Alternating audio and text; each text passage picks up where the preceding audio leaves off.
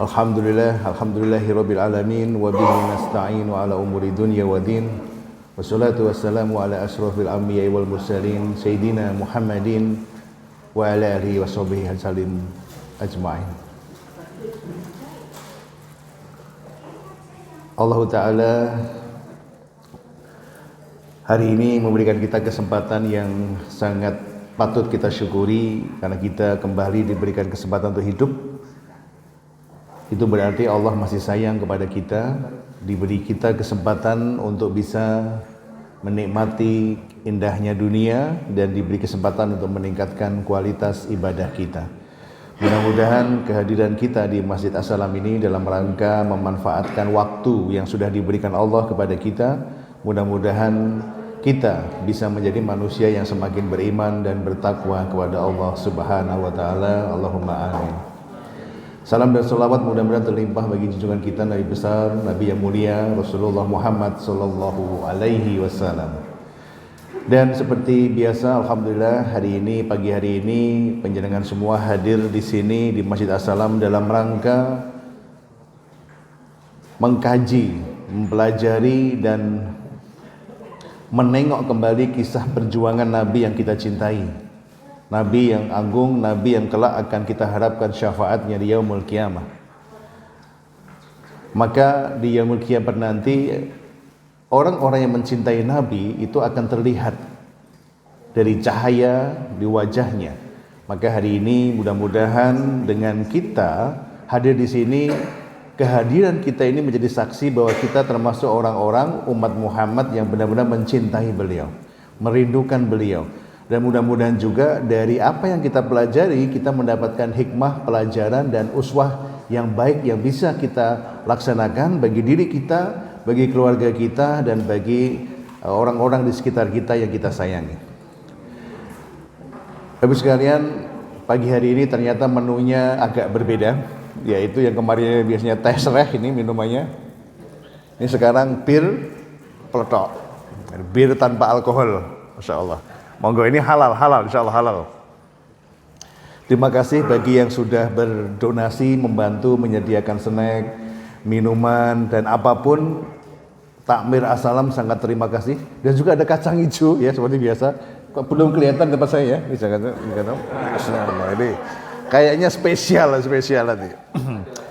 Oh ya, makanya ini kok semakin banyak. Ini menunjukkan bahwa kita ini insya Allah mendapatkan keberkahan dari Allah Subhanahu wa taala. Jadi salah satu tanda-tanda keberkahan itu adalah semakin dimudahkannya orang untuk diajak berbuat kebaikan. Ini belum diajak udah ada berprotok keluar. Ini burjo setiap hari. Burjo ini nggak mau disingkirkan nih burjo ini. Wah, aku bawa amin betul. Masya Allah, menjadi ciri khas.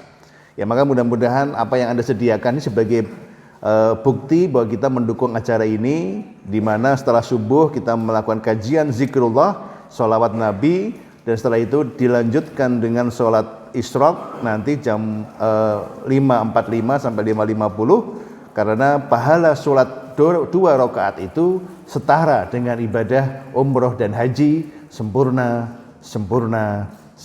kata Rasulullah. Jadi kita mudah-mudahan yuk kita niatkan semata-mata berharap niat mendapatkan ridha Allah Subhanahu wa taala. Amin amin amin. Kita akan lanjut, ini adalah kajian Sirah Nabawiyah berdasarkan kitab Ensiklopedia Muhammad karya Afzalur Rahman dari Pakistan. Dan kita hari ini masuk di periode ketiga, yaitu periode hijrah dari Abyssinia hingga ke Madinah. Kemarin pertemuan sebelumnya kita sudah membahas tentang bagaimana Nabi kita Muhammad berdakwah secara diam-diam, kemudian berdakwah secara terbuka.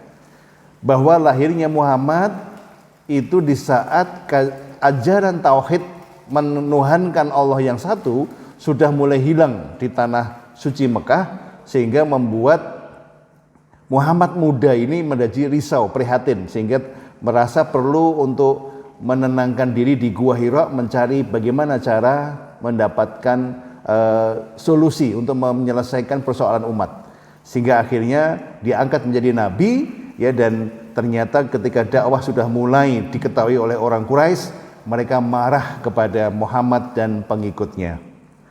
Nah, kita akan membahas tentang hijrah dari Abyssinia hingga ke Madinah. Dan sebelumnya juga dibahas tentang tahun kesedihan, yaitu Nabi ditinggalkan orang-orang yang dicintainya ya, kemarin. Hijrah ke Abyssinia. Oke. Ketika penyiksaan kepada Nabi dan pengikutnya makin meningkat, Nabi mengizinkan 80 pengikutnya hijrah ke Abyssinia. Ini yang ternyata ini belum sampai ke hijrah ke Madinah ya. Kita akan membahas ini. Jadi ternyata Quraisy ini nggak pernah diam ketika ada ajaran yang menentang ajaran atau paham yang mereka yakini selama itu, yaitu bahwa ada Tuhan selain Allah, ada Lata, Al-Uzza dan Tuhan-Tuhan yang lain yang mereka sembah.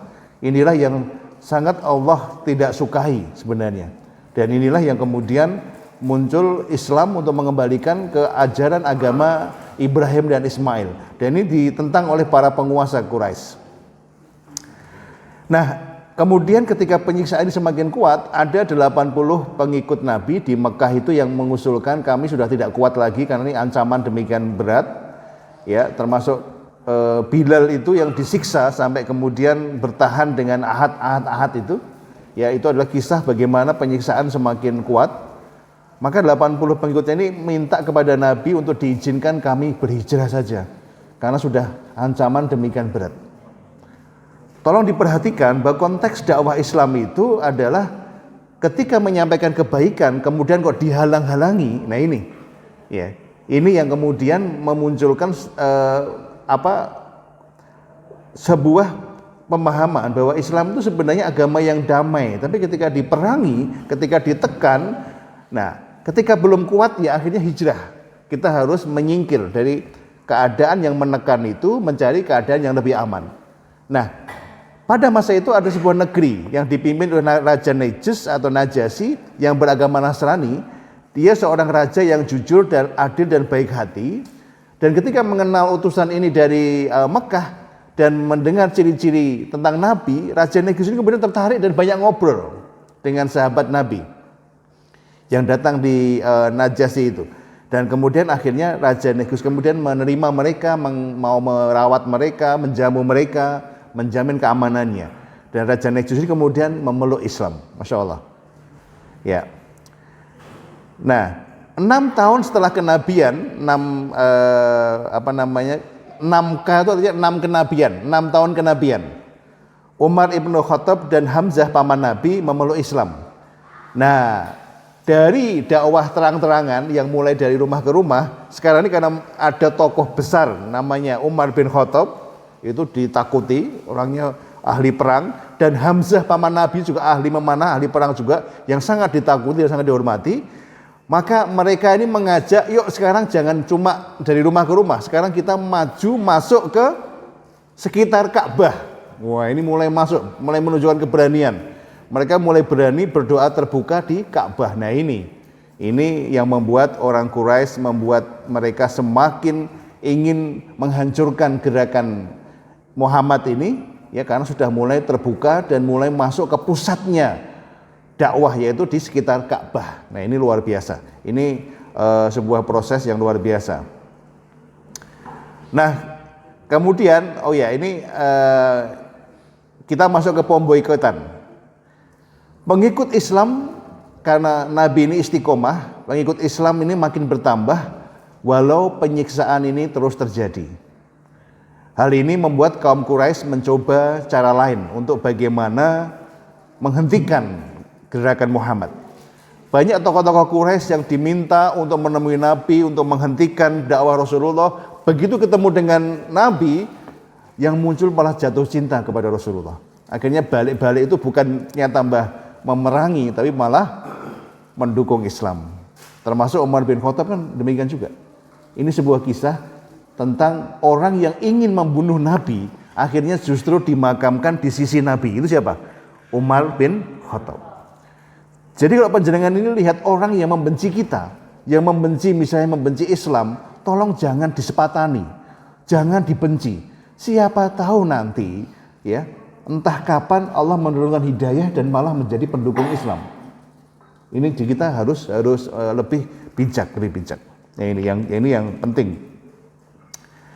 Nah, mereka akhirnya berdiplomasi meminta kepada Abu Thalib, Abu Thalib untuk menyerahkan Muhammad, namun pamannya menolak. Abu Thalib ini adalah petinggi Quraisy yang sangat dihormati dan pamannya Nabi yang menjadi pembela Nabi. Quraisy akhirnya melakukan pemboikotan kepada Bani Hashim, termasuk Abu Thalib dan sahabat-sahabatnya, keluarganya semuanya, terah Bani Hashim itu diboikot. Tahu dia diboikot nggih? Nggak boleh dagang, nggak boleh ngirim makanan, nggak boleh ketemu, ya. Kemudian akhirnya mereka itu keluarga ini merasa kelaparan selama 3 tahun, yaitu dari tahun 7 kenabian hingga 10 kenabian. Masya Allah. 3 tahun itu dalam keadaan terjepit, tidak bisa apa-apa. Yang ngirim teh sereh tidak boleh, yang ngirim burjo tidak boleh, dagang tidak boleh. Masya Allah, dimusuhi, pokoknya diisolasi. Sehingga akhirnya mereka itu bersembunyi, ini berlindung di celah bukit Si'ib Ali. Berlindung karena ini selain diboikot juga terjadi kekerasan juga. Terancam, Masya Allah. Ini 3 tahun bayangkan jenengan itu diisolasi sama warga. Wah, apa orang ngenes itu, Masya Allah. Ya, ini satu perjuangan Rasulullah bersama pengikutnya dalam rangka mempertahankan risalah Islam. Sehingga kita tahu gambaran betapa beratnya perjuangan Nabi ketika menyampaikan Al-Quran ini, sehingga kita tidak pantas untuk menyepelekan ajaran beliau. Harusnya kita sungguh-sungguh, kita harus memiliki rasa hormat, rasa menghargai, dan rasa sungguh-sungguh untuk menjalankannya. Karena dulu ajaran yang kita lihat, kita dengar, kita baca itu perjuangannya luar biasa. Nah, kita ini belum sampai diboikot 3 tahun. Kita itu hanya dipaidu, hanya ucapan nih, wes pengennya metu, pengennya lungos ke masjid, ya kan, terus loro hati, gitu. Kita itu kan orangnya mudah baperan ini. Ya, ini mudah serian. Ini nggak boleh begitu, ya. Walaupun beri protok sidik tok ora apa-apa gitu loh. Gitu. Nambah meleh Pak Supri sudah habis Pak Supri, luar biasa ini. Oh, bocor, gelasnya yang bocor itu ya. Nah, ini tambah lagi boleh Pak. Monggo Pak, Mas barangkali masih ada ya. Saya nggak tahu Tiwas ngomongnya sebutin teh gitu. Pak Muji, monggo Pak Muji. Oh, sudah. Nah, ini diboikot sampai 3 tahun pun tidak mendeles, tidak sampai kemudian menyerah, tidak. Nah, kita ini harus kuat mental seperti itu. Nah, ini yang perlu saya sampaikan. Nah, boikot itu terjadi ya karena orang-orang Quraisy berkumpul, bagaimana caranya kita menghentikan Nabi, boikot. Kemudian mereka membuat perjanjian bahwa semua suku akan memboikot Bani Hashim. Pertanyaannya, bagaimana pemboikotan ini berakhir? Ya, ini sudah, wah berat sekali pemboikotan ini, Masya Allah. Ya, ada sebuah kisah yang menarik pada akhir pemboikotan ini. Pertama adalah ketidakrelaan ada 5 ketua suku Quraisy yang merasa tidak rela sesama saudaranya Bani Hashim kok keleleran. Mereka berkumpul kemudian mengatakan ini harus dihentikan. Maka 5 orang ini bertemu dengan mendatangi Abu Jahal, Abu Lahab, mengatakan ini harus diakhiri. Kita nggak manusiawi dong. Masa saudara kita sendiri kok diboikot? Ora tegel aku, ora tego aku. Tapi ini semua ditentang. Tidak bisa, harus tetap lanjut. Kalau tidak kamu akan diperangi. Ini Abu Jahal, Abu Lahab itu memang wongnya kejemira karuan. Nah, ya kan? Ini luar biasa. Ada yang tersentuh hatinya, yang manusiawi ini nggak setuju, ya kan? Tapi kemudian setelah ini terjadi dan pemboikotan masih berlangsung, beberapa hari kemudian Nabi mendapatkan wahyu dari Allah bahwa perjanjian ini sudah tidak berlaku karena surat perjanjian yang ditaruh di dalam Ka'bah, ada tradisi di situ di Quran Quraisy, kalau buat perjanjian yang penting itu ditandatangani bareng-bareng terus dimasukkan di dalam Ka'bah. Karena akan dijaga sampai mati perjanjian itu. Nah, Nabi mendapat wahyu dari Jibril bahwa perjanjian sudah dimakan rayap. Allah mengirimkan pasukan rayap. Dan yang tertinggal hanya tulisan Allah di situ. Lalu disampaikan ke Abu Thalib pamannya, wahai pamanku, aku baru saja mendapat wahyu. Abu Thalib belum masuk Islam loh ini, belum ya. Dia masih mempertahankan nenek moyang, agama nenek moyang. Bahwa perjanjian yang ditulis mereka sudah hancur, dimakan rayap. Sampaikan kepada mereka. Loh, siapa yang bilang ini keponakanku? Apakah Tuhanmu? Iya, Allah mengatakan kepadaku. Maka Abu Thalib dengan PD-nya datang ke mereka. Mengatakan boikot ini harus berakhir. Sudah selesai. Kenapa? Karena ternyata disampaikan bahwa perjanjian yang ada di sini sudah hancur. Siapa yang bilang? Keponakanku. Coba, oke. Mereka bilang begini, kalau ternyata omongannya bohong, boikot jalan terus. Tapi kalau omongan Abu Thalib ini benar, berarti boikot harus segera diselesaikan. Fair? Fair. Betul, dibuka, diambil, ternyata yang ditempel di ini sudah tidak ada. Ya, kertasnya diambil tuh bagian atasnya tuh udah habis semua. Yang tulisan tinta udah habis dimakan rayap, yang tertinggal hanya kata-kata Allah saja. Masya Allah. Maka sejak itu pemboikotan pun berakhir. Ini pertolongan dari Allah Subhanahu wa taala, ya. Pasukan rayap ini. Nah, dampak dari pemboikotan ini ternyata membuat sakit Abu Thalib, kemudian juga Siti Khadijah juga sakit, dan akhirnya kemudian terjadi tahun kesedihan, yaitu meninggal mereka. Abu Thalib dulu, pelindung politik, meninggal, kemudian Siti Khadijah.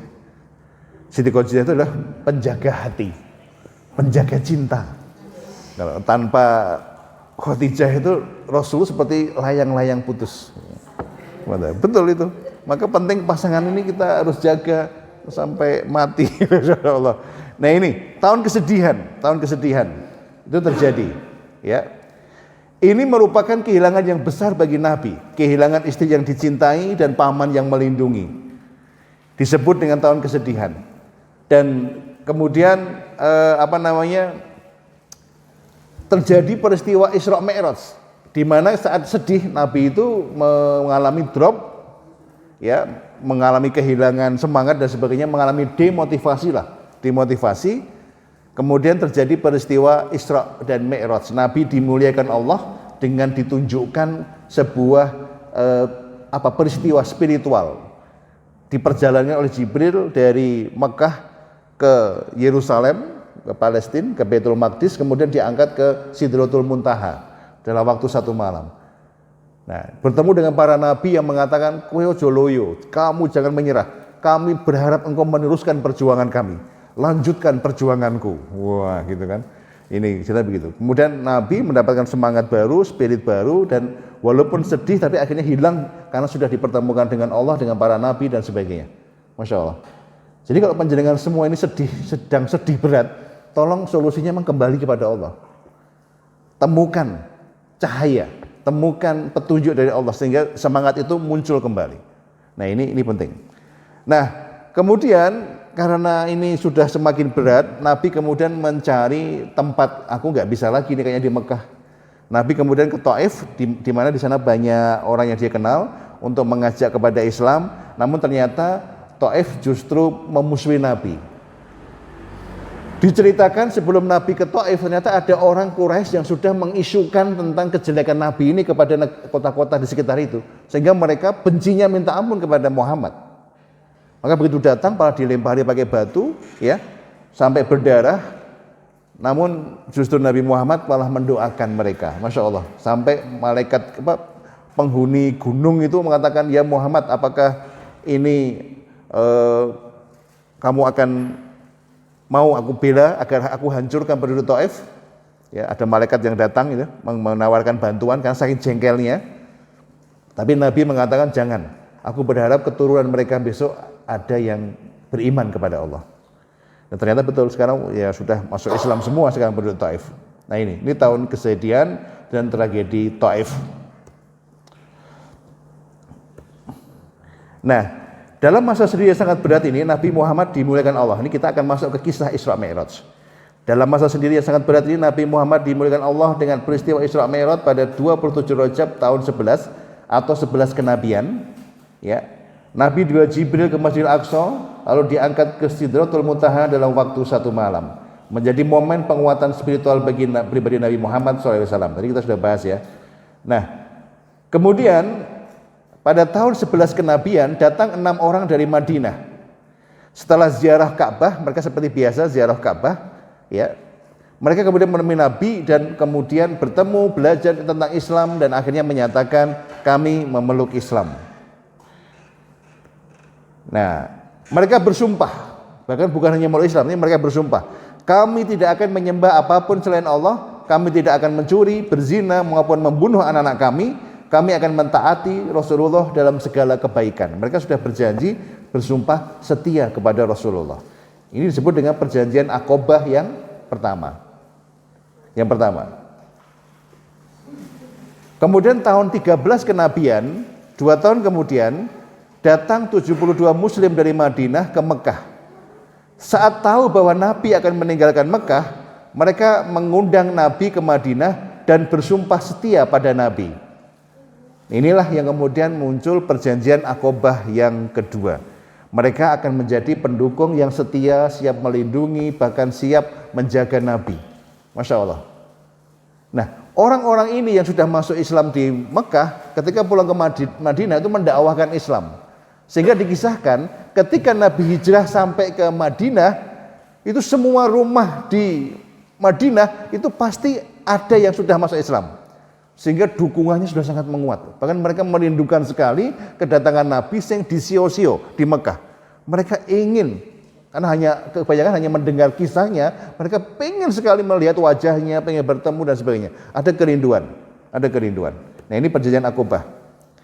Nah, pada saat yang bersamaan orang Quraisy ini sudah makin jengkel sama Muhammad.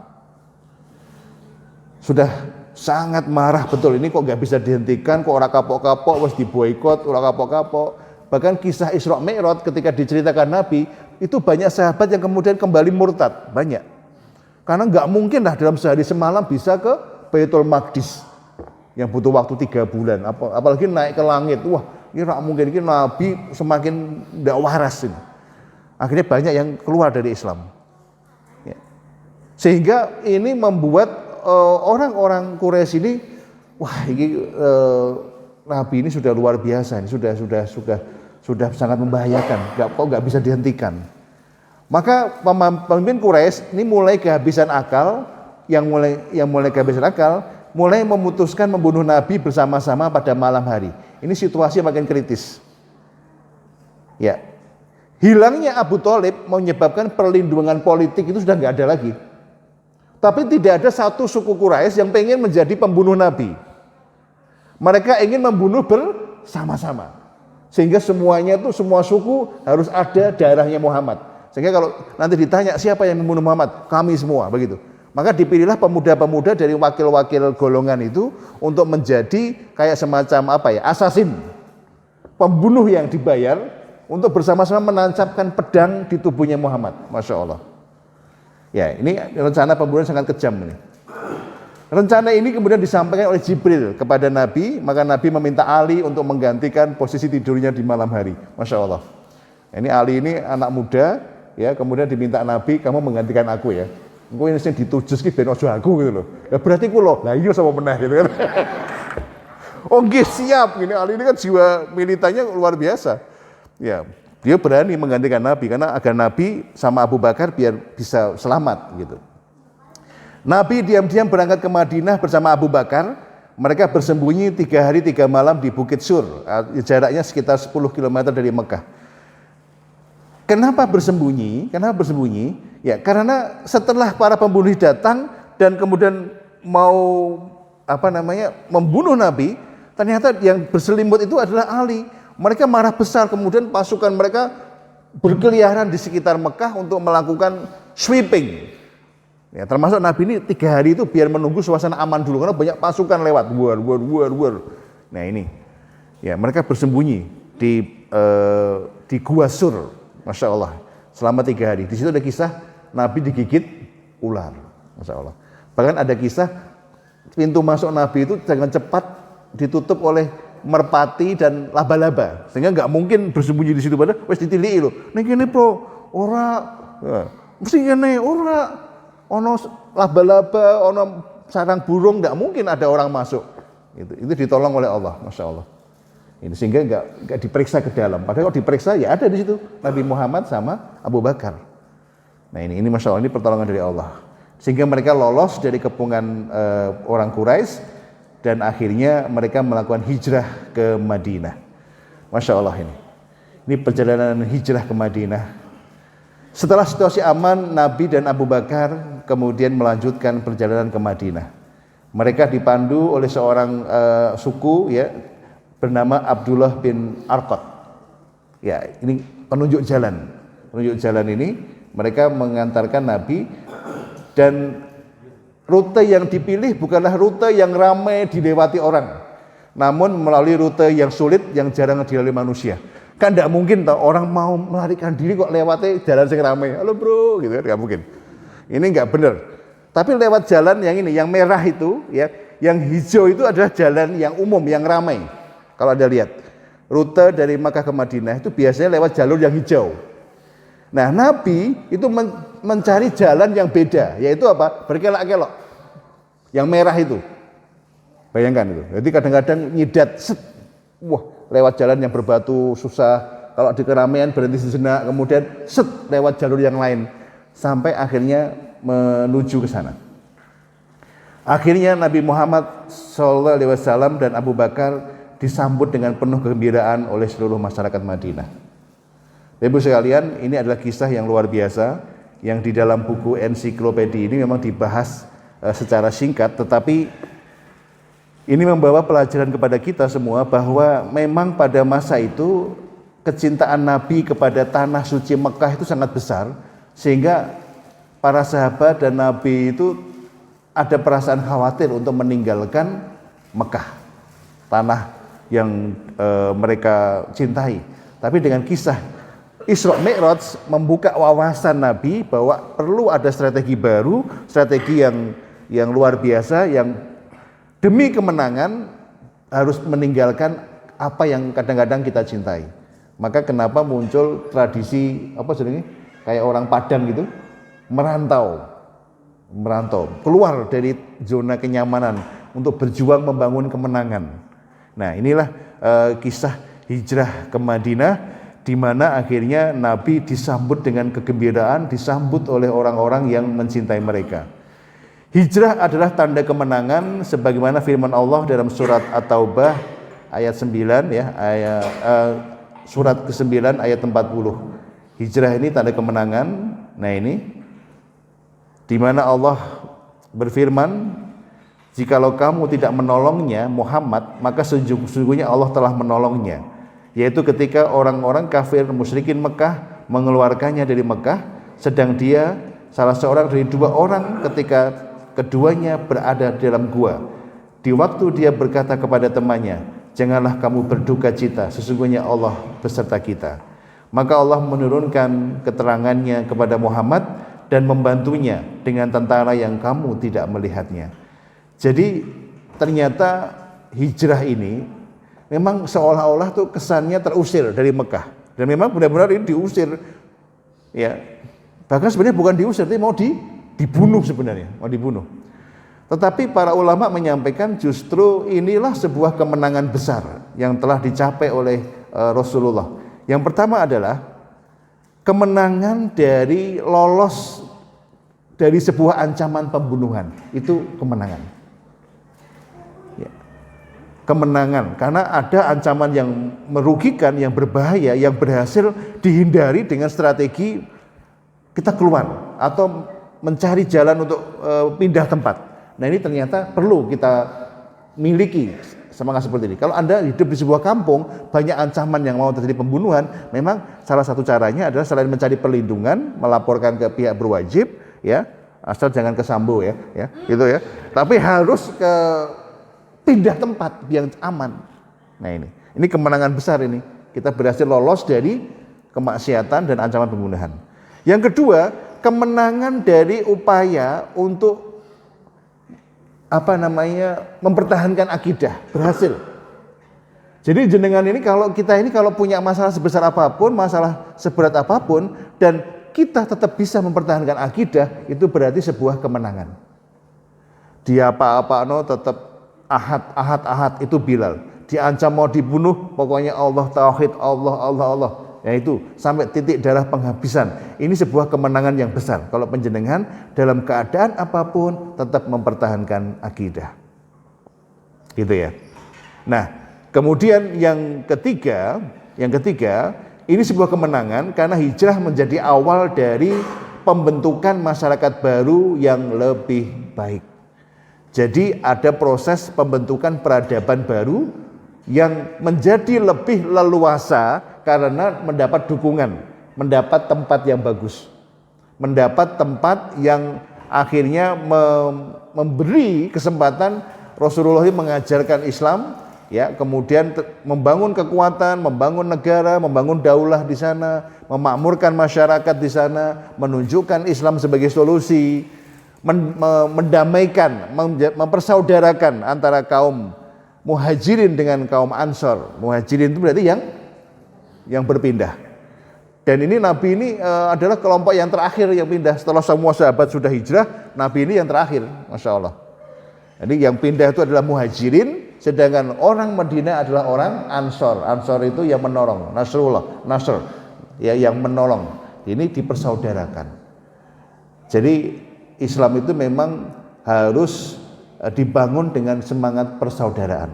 Maka penjenengan semua di sini harusnya selain kita membangun persaudaraan karena iman, juga persaudaraan karena punya misi bersama, yaitu apa? Bagaimana memakmurkan masjid ini. Peran kita apa? Kalau kita memang hanya dengan datang di masjid, meramaikan masjid, itu kita lakukan. Kalau kita memang bisa berinfak. Kalau kita memang bisa memberi makanan, mengirimkan makanan, walaupun mungkin hanya segelas bir peletok, ya, Masya Allah, yaitu sebagai bentuk dari kesungguhan kita, ya. Kemudian juga harus ada upaya untuk memperkuat akidah.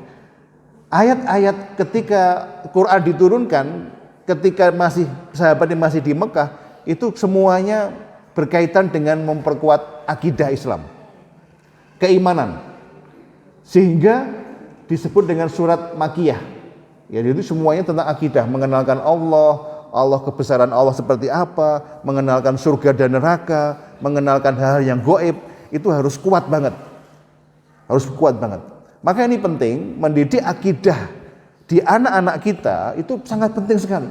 Karena dengan akidah itu ketaatan akan dimulai. Tanpa akidah yang kuat, anak akan mudah mengabaikan seruan atau melawan perintah-perintah ketaatan. Maka ini akidah harus ditanamkan. Coba Anda perhatikan, kalau ada anak muda atau remaja yang diminta sholat itu kemudian tidak mau, atau diminta taat sama orang tua menolak, itu berarti menunjukkan tanda-tanda akidahnya itu kurang kuat. Ini menjadi PR bagi kita.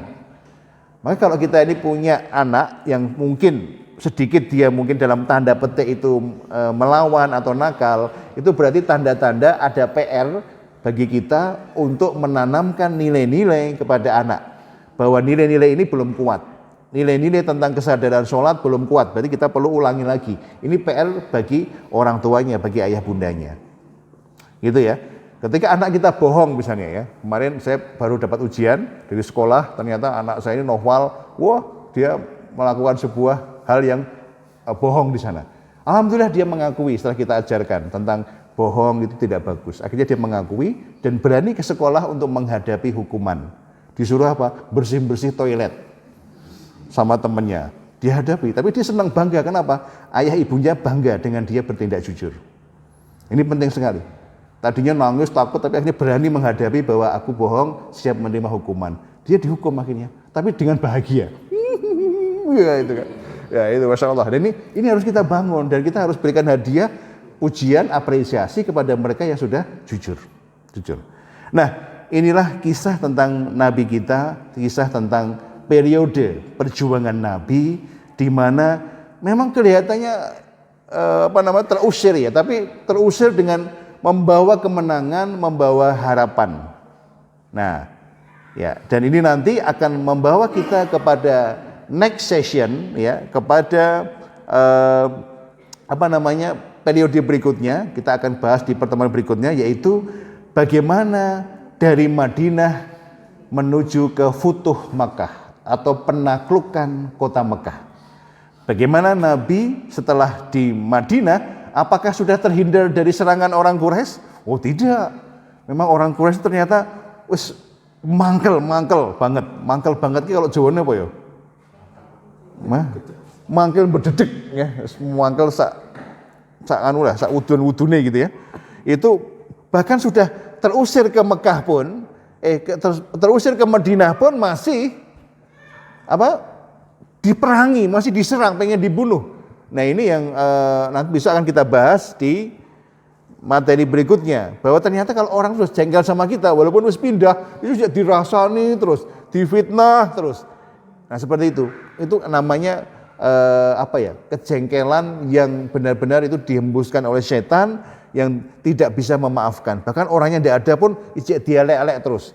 Kalau panjenengan masih ada watak seperti itu, berarti seperti zamannya Quraisy membenci Nabi. Kebablasan dan suwi banget dendamnya itu. Masya Allah. Maka kita harus menjadi manusia yang pemaaf. Manusia yang bisa mengikhlaskan dan menyerahkan semua nanti yang membalas kersane Gusti Allah.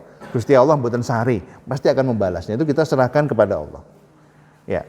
Inilah perjalanan Nabi yang sangat luar biasa ketika beliau harus hijrah dari Makkah ke Madinah.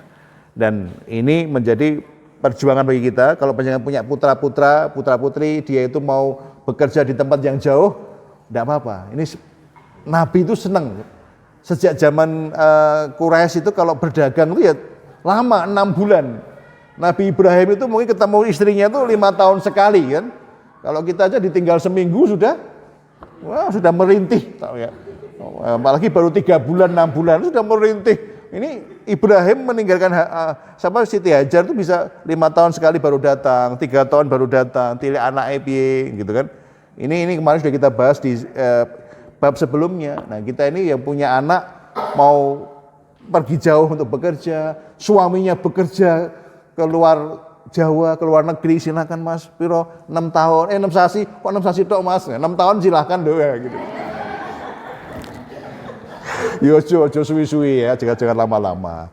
Kalau wanita itu katanya hanya 4 bulan maksimal. Umar bin Khattab pernah melakukan survei kan, berapa lama pasukan Islam itu boleh bertempur untuk meninggalkan istrinya. Di survei itu para wanita ditanya, pirang sasi, kowe betah ditinggal ke bojomu? Ada yang 3 bulan, 4 bulan, 6 bulan.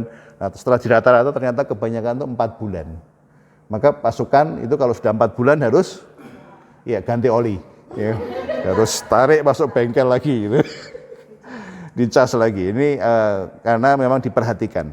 Baik, Bapak sekalian, mudah-mudahan dari sesi ini kita mendapat sebuah gambaran tentang bahwa perjuangan itu memang butuh pengorbanan, perjuangan itu butuh kebersamaan. Dan panjenengan tahu siapa sahabat dekat yang menemani Nabi sampai terakhir di Mekah siapa?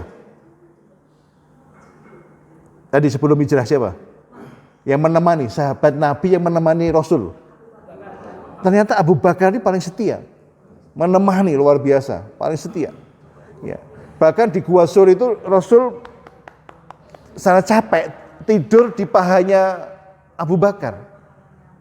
Nah, dan Abu Bakar menjaganya. Sampai kakinya Abu Bakar itu ternyata dekat dengan lubang ular. Dan betul, Abu Bakar itu batin ini gegek ngulone metu piye. Betul, ularnya mau keluar dan mengarah ke Nabi. Maka Abu Bakar kemudian menggerak-gerakkan kakinya, jempolnya. Tujuannya apa? Agar jangan ular ini maju ke Nabi. Bahkan Abu Bakar tidak ingin menggerakkan kakinya yang bisa mengganggu tidurnya Rasul. Masya Allah, saking cintanya. Nah, ular ini kan kemudian mau ke sini digoda sama jempol, kiku, balik dia. Balik, nyantek, cetet gitu. Masya Allah. Dan itu sakitnya minta ampun. Dan apakah kemudian Abu Bakar sakitnya kemudian mata, waduh, enggak. Karena enggak ingin terbangun, ditahan. Ya, pakai jurus tarik nafas mungkin ya. Tapi karena sakit, sampai Abu Bakar meneteskan air mata, menangis, dan tetesannya kena di pipi Nabi. Dan saat itulah Nabi Muhammad terbangun.